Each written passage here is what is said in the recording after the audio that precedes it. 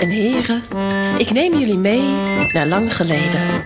Naar de stad Hamelen. Aan de rand van Hamelen woont Luca.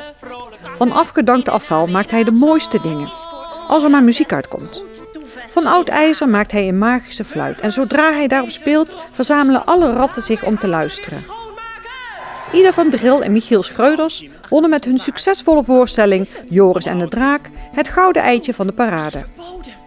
Met live muziek, poppenspel en heel veel humor brengen zij u met hun nieuwe voorstelling naar een stad vol met ratten.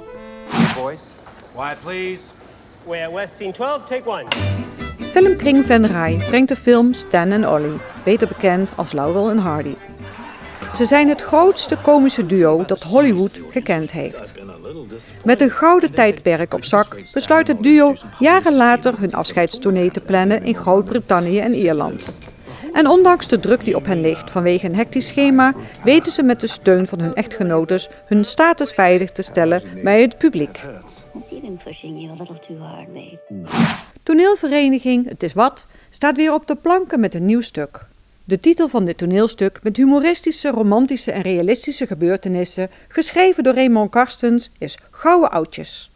Als ze alleen zijn, laten de oudjes zich van een hele andere kant zien.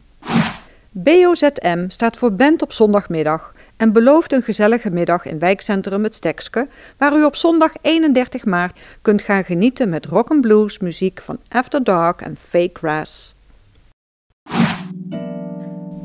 Op zondag 31 maart treedt harpiste Gwyneth Wenting op in het theehuis van het Odapark.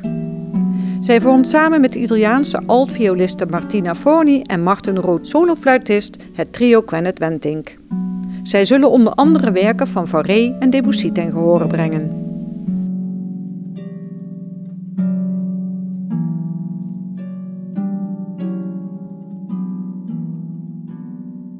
In de reeks Americana-concerten in de Witte Hoeve in Venray speelt op zondag 31 maart vanaf 3 uur Tip Jar.